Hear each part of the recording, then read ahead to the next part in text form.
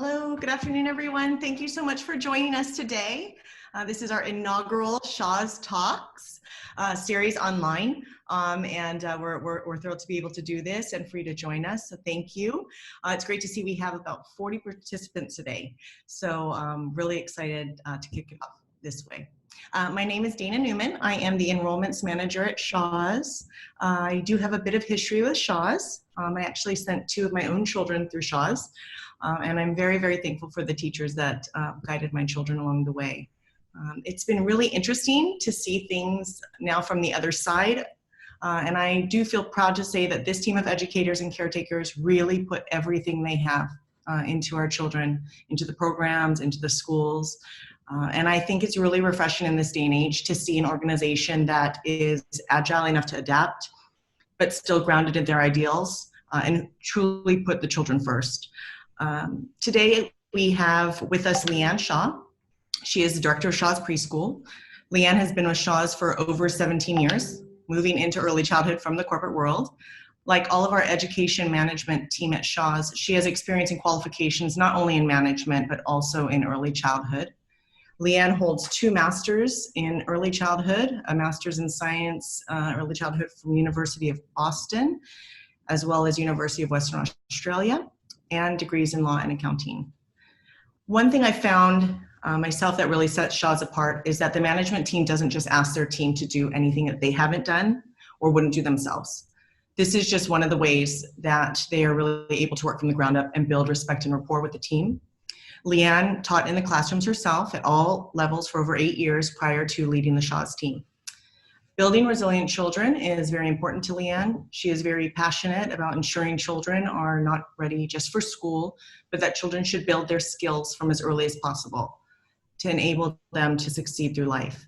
So when this topic came up as one of the topics that parents most wanted to explore at this time, we knew just the person to ask, and actually we didn't give her a choice, so thank you, Liane. I'll give you all just a bit of a quick rundown of afternoon session. First, Liane is going to share a little bit about the topic at hand today, and then we will open up the floor to questions at the end. So if during the session you have any questions at all, please do send them in via the chat function, and we hope to answer as many questions as possible, time permitting.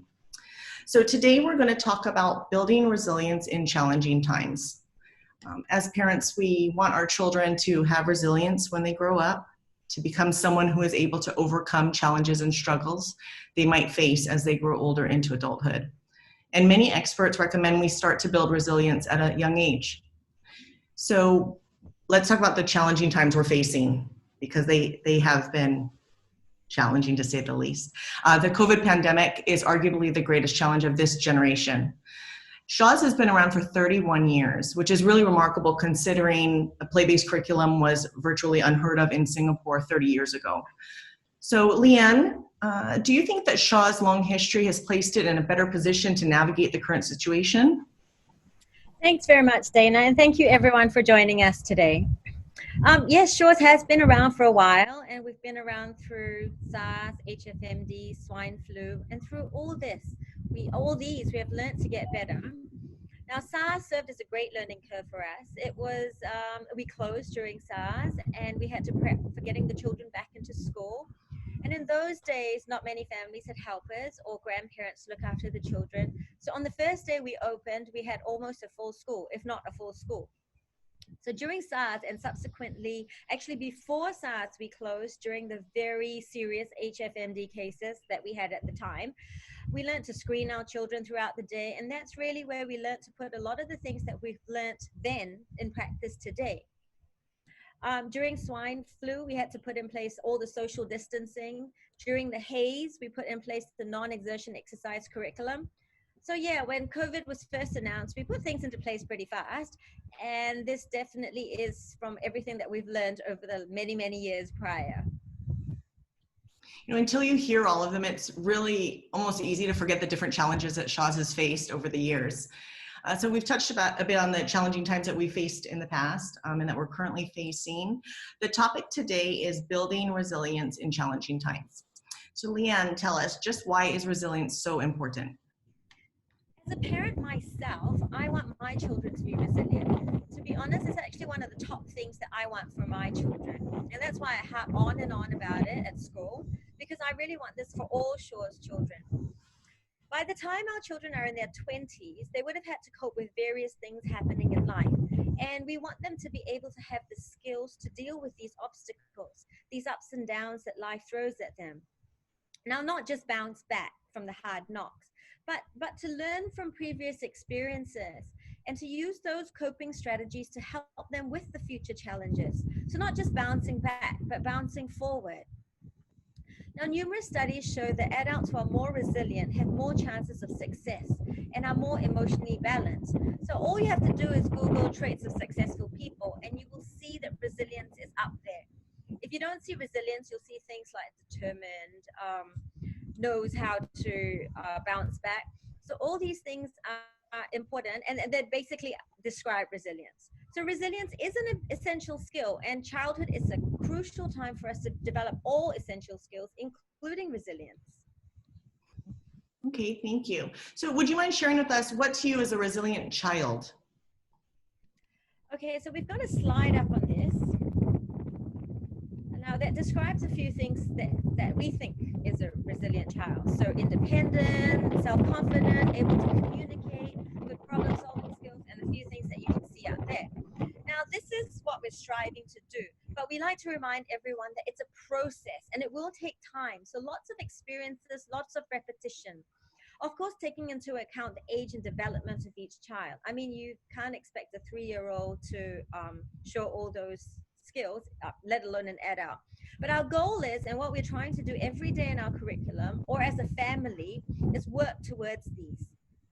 So in order to get a child to this, a child has to go through some challenging situations, like to try and work things out.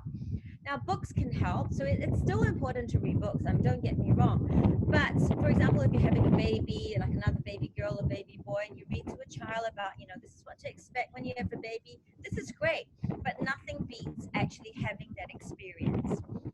Another example is you can tell a child a zillion times, don't touch the hot water jug. But what do?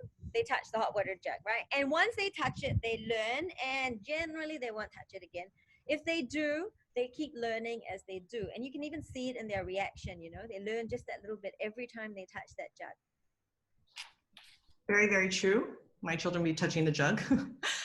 Some children just seem to cope differently, even given the exact same situation. So I see this even with my own children. So the question is, can resilience be learned? Is it something we can actively teach a child? Absolutely. Now, each child is different. So we always tell parents, don't compare your children against each other with each other. Now, I'm not going to go so much into the discussion of whether resilience is the whole nurture versus nature debate. However, what we can say firmly is resilience is not a trait that you have or you don't have, meaning like you can't say this child has resilience and this child doesn't. Everyone has some form of resilience. And that's how a child learns to walk, right? They fall, they get back up, and it takes many, many tries for them to get those first few steps. That's how they learn how to ride a bike or communicate. So resilience, like any skill, it can be developed. So what we're focusing or looking at here at school and at home is the adapted or the learned resilience. And how we do this, we give them lots of opportunities to build their resilience. So resilience is best learned and nurtured when children go through challenging situations. And that's what we're saying here. COVID-19 is a challenging time, so don't shy your child away from what's going on. Use it to build their resilience. Okay, thanks, Liane. So what you're saying is children need plenty of experiences that are challenging so they can build up their resilience. Okay, so let's focus on something that's happening right now, COVID. We're just coming out of the circuit breaker. Things are slowly opening up, although that's also presenting some challenges for us as we try to navigate what that means for each of our families. So are you saying don't shy your children away from what's happening, that we can use this time actually to help them build their resilience as well?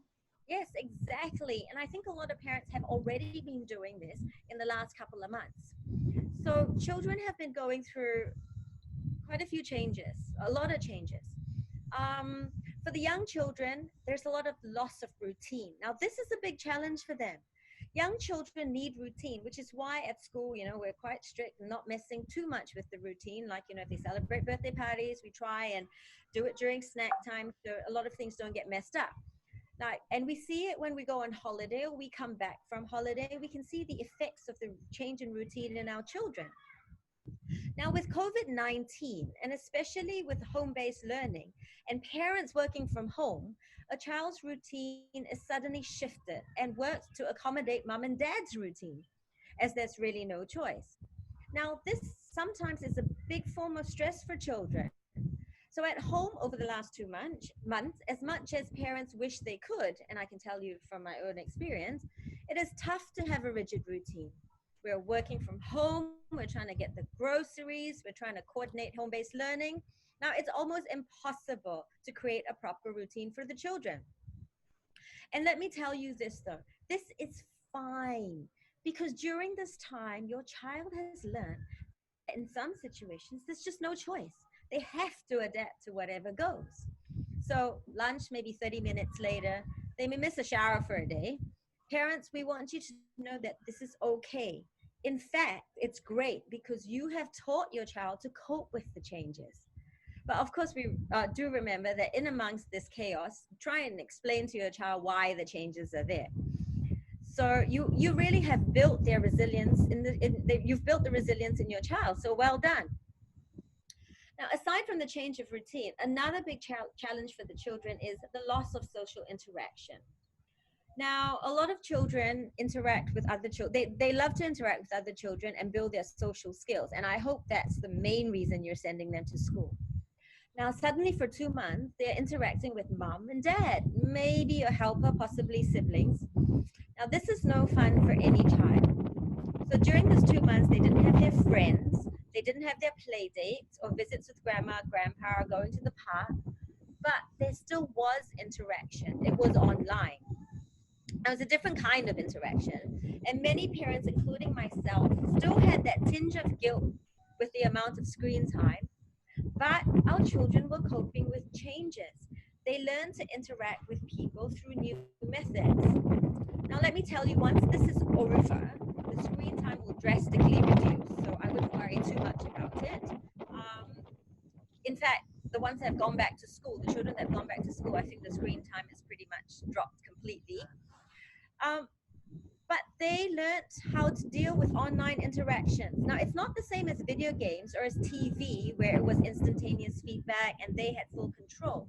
They still had to learn different things. They had to wait for their turn to talk. They had to respect others. So you have still taught them to cope with changes. And again, explain to them why we have these changes. Now, another big struggle that the children had, and this is actually a really great one for the children, and I think is a good one that the children were able to learn, is the loss of someone's attention, having someone's attention all the time. Now, this is not such a bad thing. It is important for children to have independent time, so not have someone hovering around them as they play.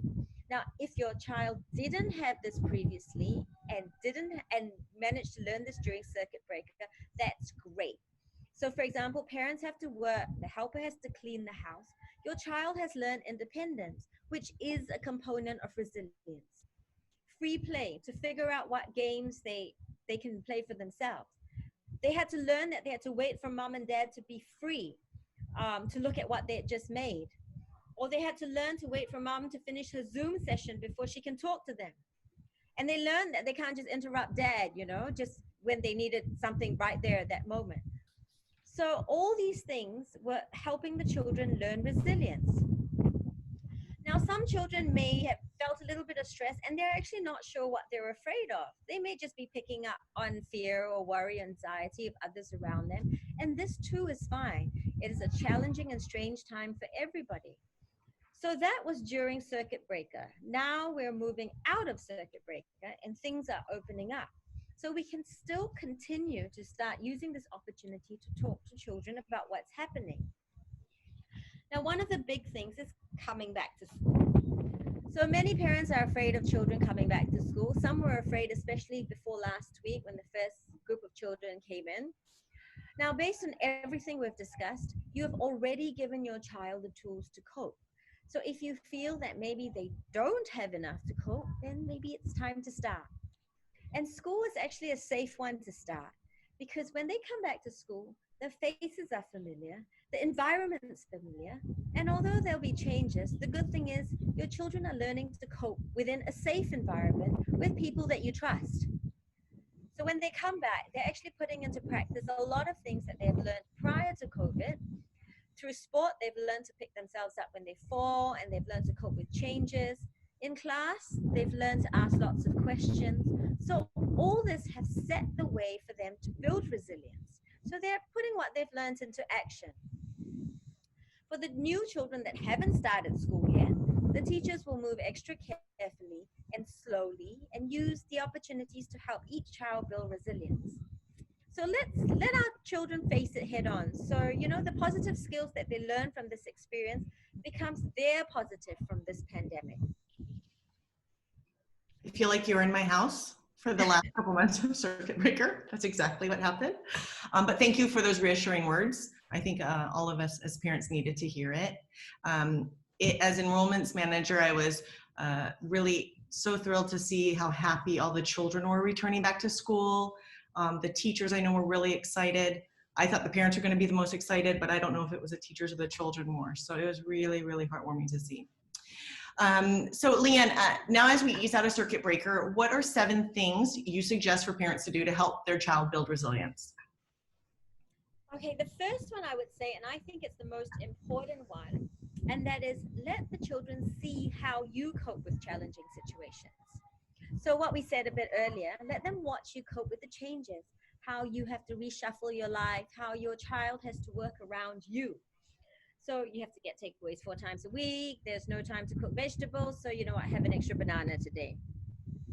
How you can't always be there to play with them when they want you to, or, always be there.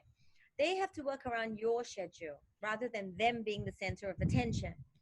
And as we said before, this is great, and this is how they learn. So let them see you struggle to fit everything into your day. You know how you have to go and buy a printer to rush to get your work done, or how you have to have fried rice for 3 days in a row because you can't get all the ingredients. But talk them through it and include them into your circle of resilience.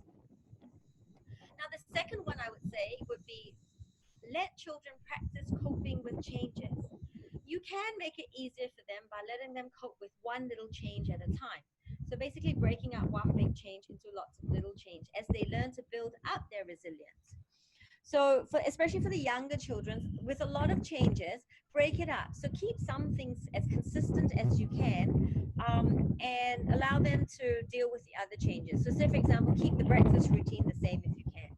Or an easy one actually is send your child to school. That can be their consistent for the day. Or have 30 minutes of running around with your child. Or bedtime routine, keep it the same, 3 stories and lights out, or whatever your routine is. So basically trying to break the challenge into mini challenges. Now the third one would be continue to encourage independence and healthy risk-taking.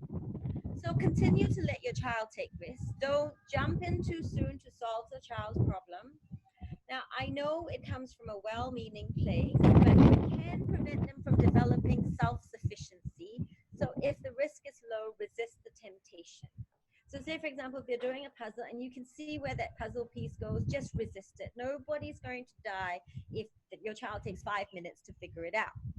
So another example would be if a child's a little scared of going to school. Okay? If they're afraid of wearing masks, talk to them about it and then send them off to school.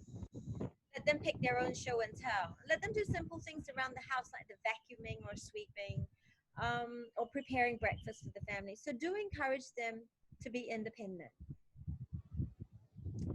Thank you, Liane.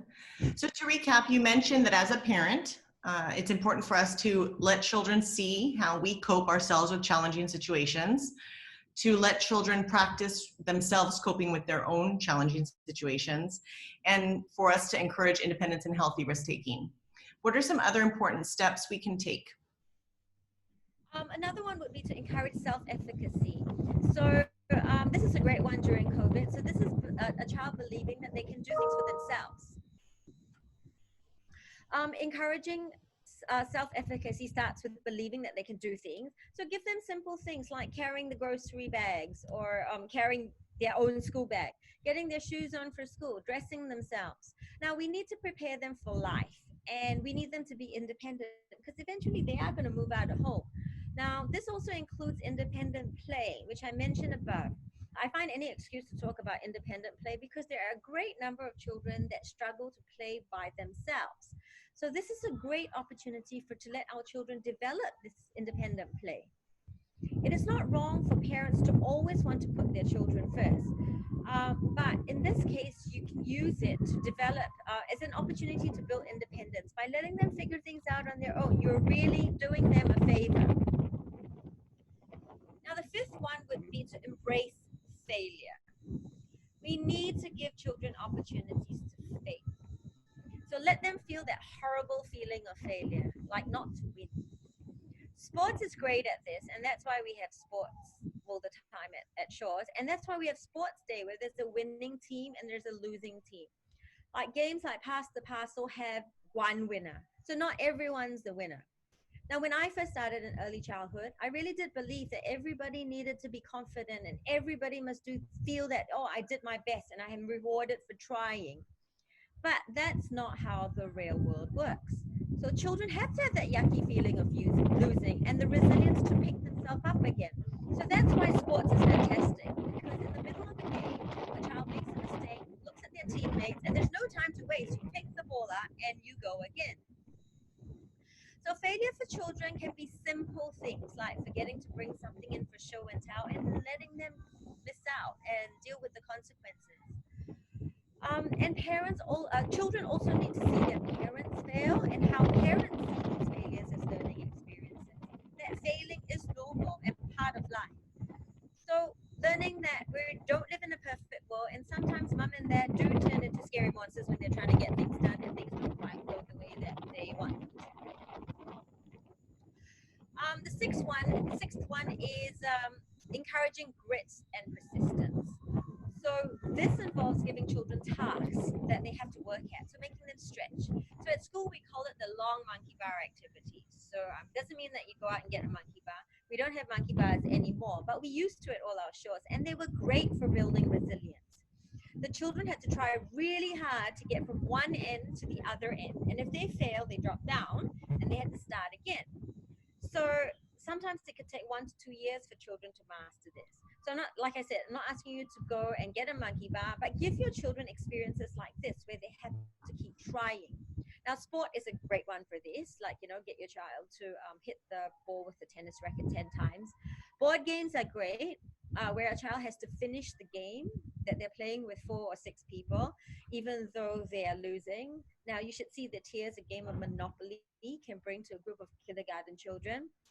Big puzzles, age appropriate, of course, that they may need to take a few sittings to complete. Lego building sets, the one that you build a rocket. Now, I'm personally not a fan of those Lego sets from a creative perspective, but from a grit and persistence perspective, I think it's pretty good. Or helping a younger sibling with something, that builds a lot of resilience. So these are some of the things that we can recommend to you during COVID. And sometimes it feels yuck, but remember, when you see that yuck face on your child, they are building resilience. Okay, thank you. That's a lot of helpful tips there. So now we've added encouraging self-efficacy, to embrace failure, and encouraging grit and persistence. What's the final piece that we can do as parents? I would say that one of also the most important ones is having healthy relationships. Now, this is a big thing that helps everyone overcome things. Relationships with people. So, your child knowing that, hey, I'm here for you. Okay, so maybe I'm not here for you to finish that puzzle piece that you can't seem to do, but if the problem is really big, I'm here. So off you go to a school I picked and I trust. But I'm here for you at the end of the school day. Or I love you, and I will be here for you when you fail to pick you up. And I'll be here when you win and to celebrate with you. So healthy relationships are really important. Thank you very much, Liane. You covered a lot today. Thank you all for listening. We're going to go into our question and answer session now. We've been quite persistent with the wind as well, so thank you. Pardon me. Let me see here. Okay, we've got one here. My child doesn't want to try anything. They try for a bit and then they give up. What do I do for this? How do I build resilience? Liane? Okay, you start with simpler things. So keep it small. Or you can start with something that they like. So for example, they're looking for a toy and after 20 seconds they go, I can't find it. So don't help them too soon because you know they want that toy. So to answer your question, I would say start small and start with something that means something to them because then they're more likely to try. And then you can move on to the slightly bigger things. Okay, we've got, how do I know when to push and when to step in? As a parent, it is difficult. That's true.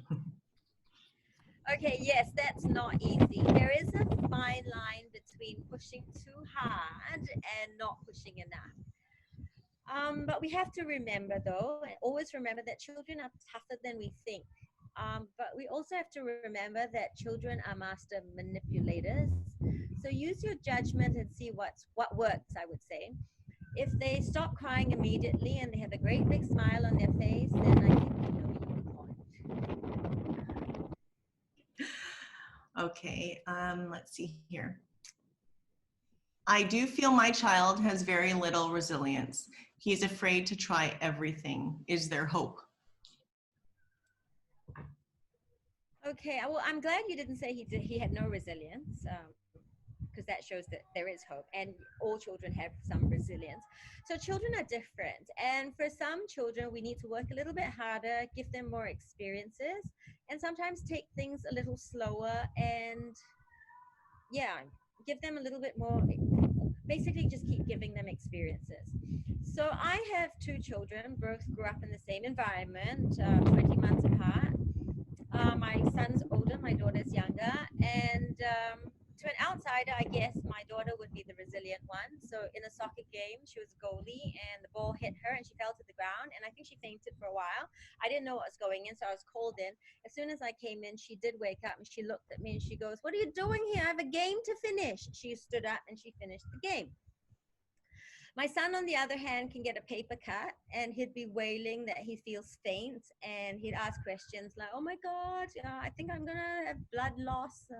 So two very different characters, but we still did the same with them and gave them as many experiences as we can. So what we did was moving on 12 years on, my son has learned to be resilient, and we can definitely see it in the last 1 to 2 years. And we saw the changes when he was about 13 years old. So this is proof that resilience can be learned and nurtured. And now he is very resilient. But along with his resilience, he has an additional quality that my naturally resilient daughter doesn't have, and that is empathy to deal with others who are struggling with resilience. So where my daughter would say, "Toughen up, you can do it," he will tell another child, "You know what, I know what you're going through, but trust me, I've got you." So I think there is definitely hope for resilience, and they will pick up other skills along the way. So there is the added benefit. For the children that resilience comes naturally, there are other issues that we need to work with, like empathy, but I think that's time. I think we have another talk on that. Okay, thank you. That was a great example that you shared. Thanks so much for that. All right, let's see what the next question is. You mentioned a lot about talking to your child, them in the know of the COVID situation, even for a 3-year-old? Yes, most definitely. So effective communication should begin at birth. Even if it's not using words itself, but remember that we can communicate by holding, cuddling, and speaking in very simple language to them.